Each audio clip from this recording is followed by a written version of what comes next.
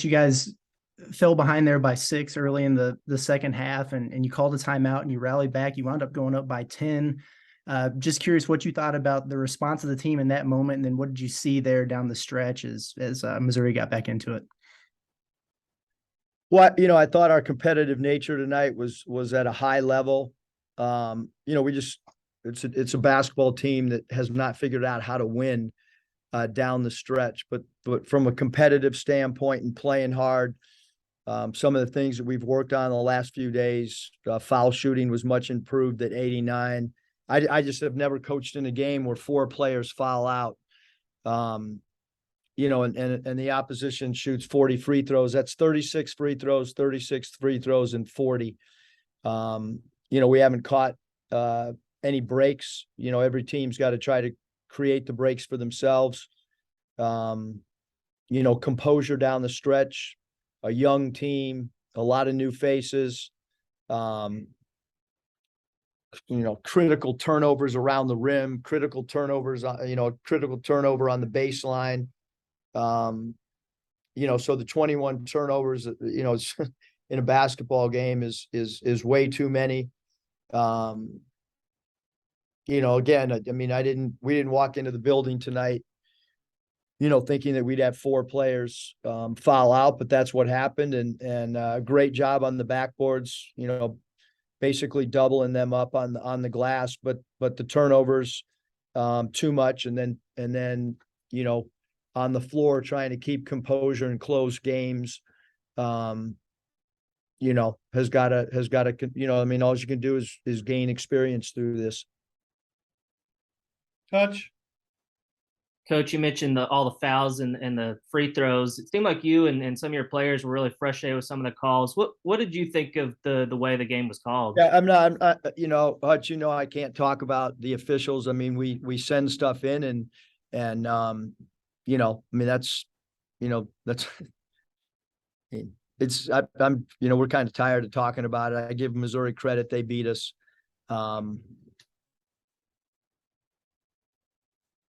Christina? Oh, sorry. Go ahead, Hutch. You touched on the turnovers. You had 14 in the first half, but 7 in the second. What was the key to limiting turnovers in the second half? Yeah, just meeting the ball, being a little bit stronger with the basketball. I thought we just, the first half were just way too careless with the ball. Didn't jump stop enough when we did get ahead of steam, had some charges.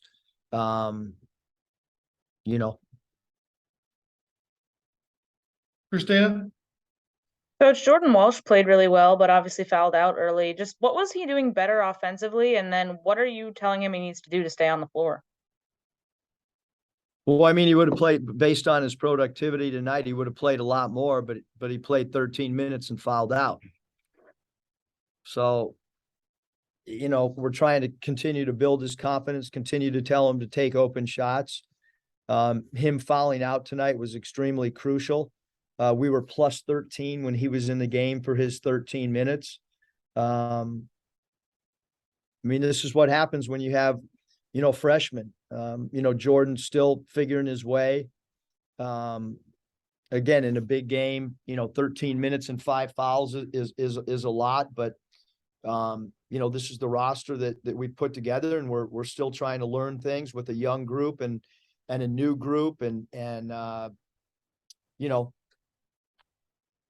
winning is new to many. So we've just got to continue to get back to the drawing board and get ready for Ole Miss. And then we didn't see Mikal tonight, even with the foul trouble. Is he okay, or was that just a personnel decision?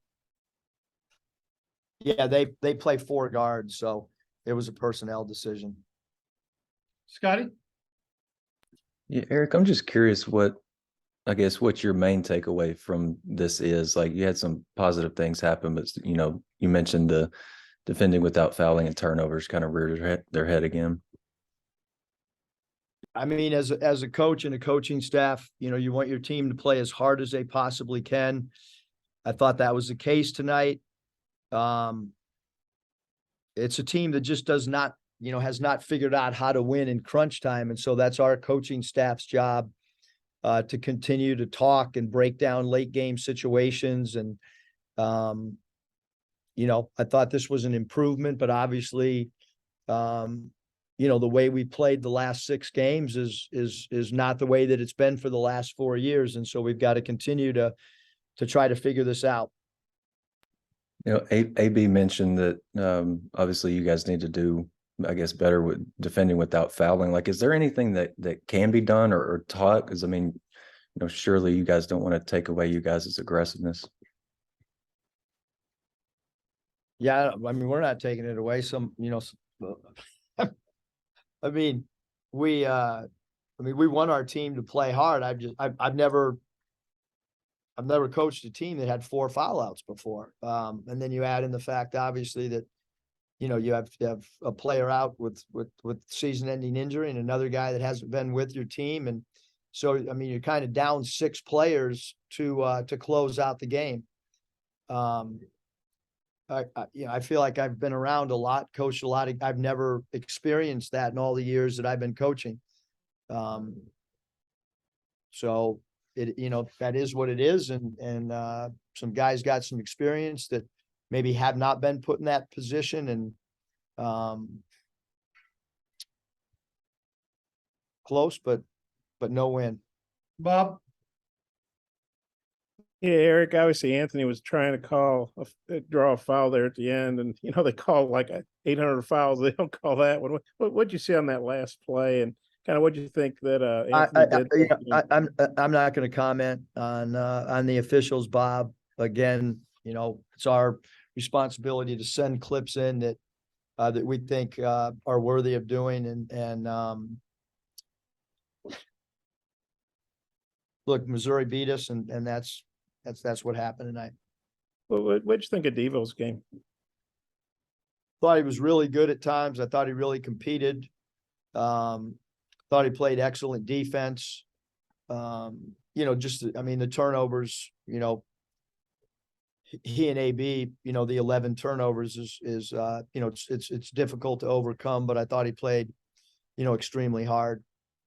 And then, you're 1-5, obviously, you don't want to be there, but you got your next 3 SEC games are at home. There's still a lot of games left. Kind of, how do you feel about where you guys are and where you can get to with the way the schedule is shifting for you with more home games now? Yeah, this is the most difficult schedule that I've seen. We still have to go to Tennessee. We still have to go to Alabama. Still have to go to Texas A&M. So this is this schedule that is in front of us is still extremely difficult. But you do get the next 3 at home. How good is that after having to play 4 of the first 6 on the road, the only SEC team to have to do that? Yeah, I mean, we have to try to get ready for Ole Miss.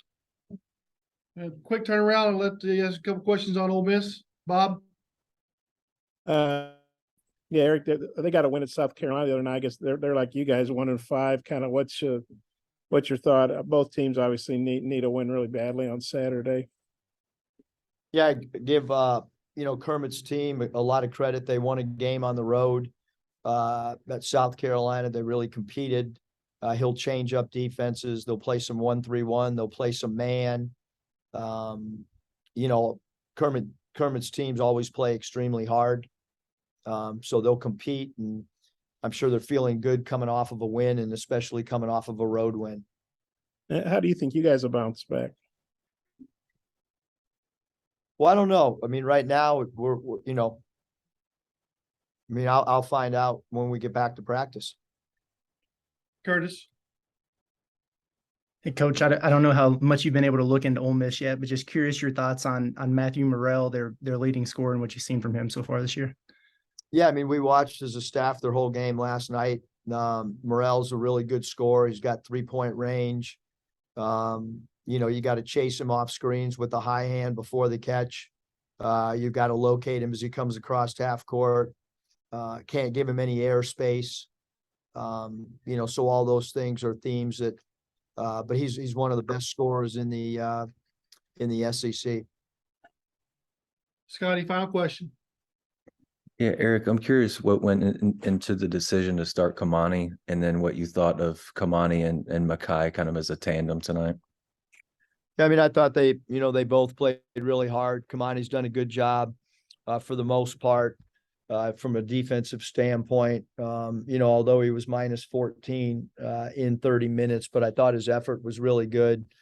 I like the physical presence that he gave us, and he understands our game plan and game schemes. So I thought he did a really good job. I mean, we led for 27 minutes tonight. Certainly, I thought he did a really good job in his 30 minutes. Thank you, Coach.